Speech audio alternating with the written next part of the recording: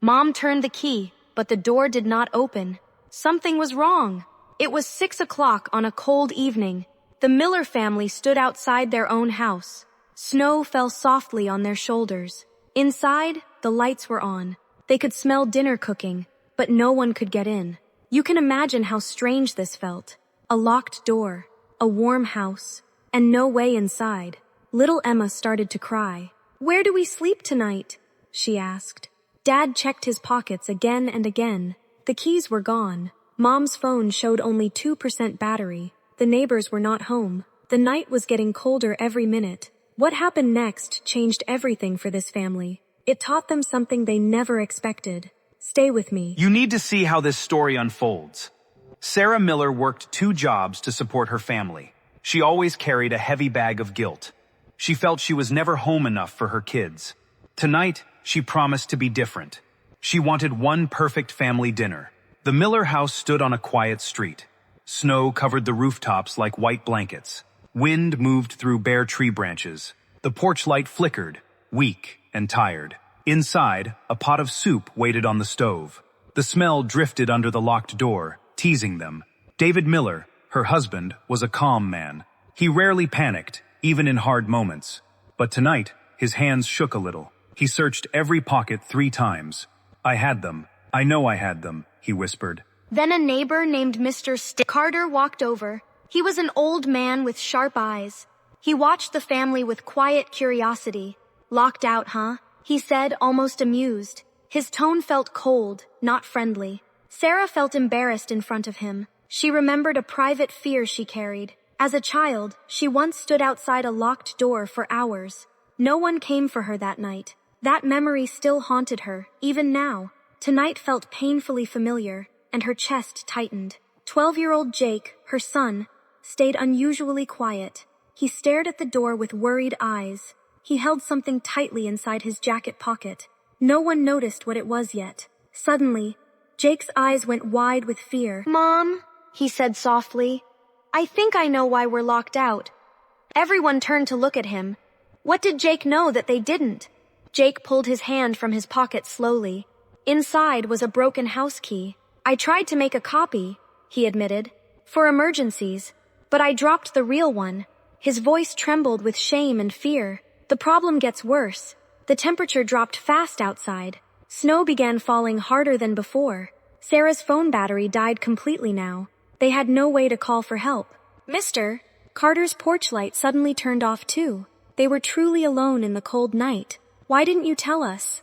Dad asked sharply. "I was scared you'd be angry," Jake whispered. "We're not angry. We're worried," Mom said gently. The character makes a decision. David decided to try the back window. It was old and sometimes stuck open. He climbed onto a frozen flower pot to reach it. The pot cracked under his weight instantly. He fell hard onto the icy ground. Sarah rushed to him, panic rising in her chest. "David, are you hurt?" she shouted into the dark. "You are not going to believe what happened next." Mr. Carter, the cold neighbor, came running out. He carried a thick blanket and a flashlight. "Wrap yourselves up," he said firmly. His voice had changed completely now. Underneath his cold exterior was real concern. The breaking point. David's ankle was injured, maybe broken. Emma cried harder, holding her mother's leg. Snow piled up around their frozen feet. The warm soup smell still drifted through the door, mocking them. Sarah felt every fear from her childhood return.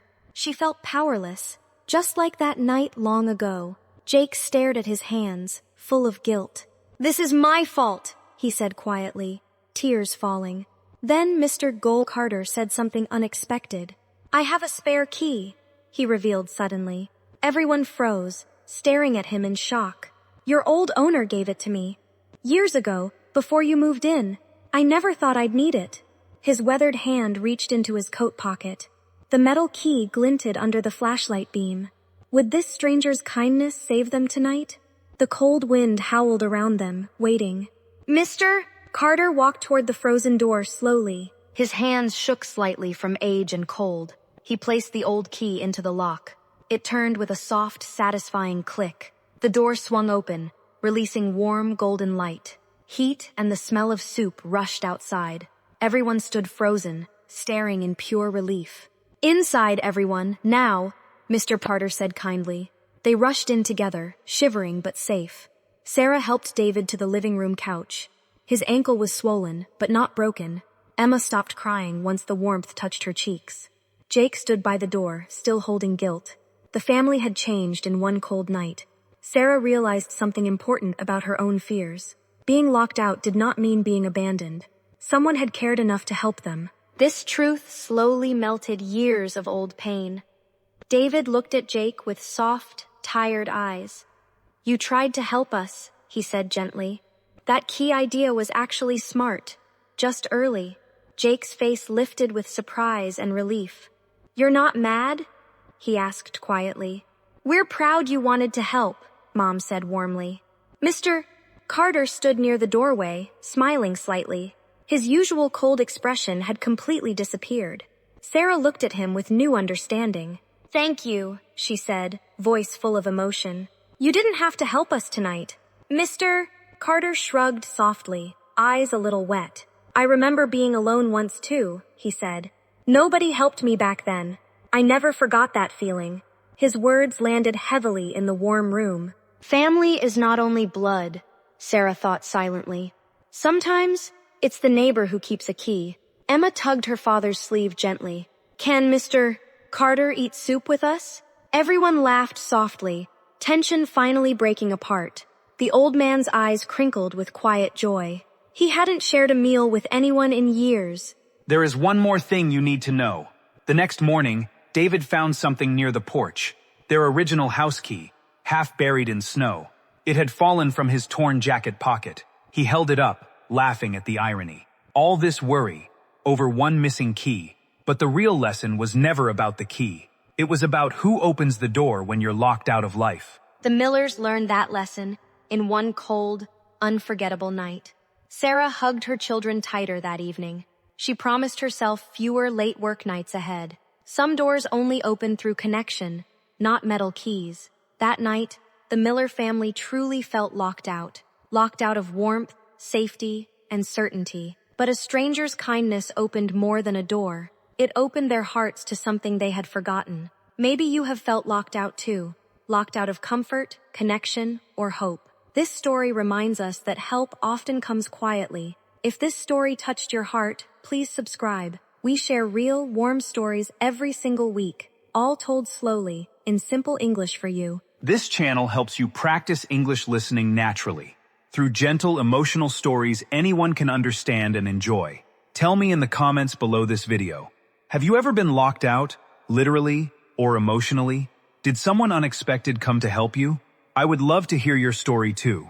Next time, we will share a story about trust. A story about someone who almost gave up hope. You will not want to miss what happens next. Thank you so much for watching until the end. Please like this video if you enjoyed it. See you soon, in the next story.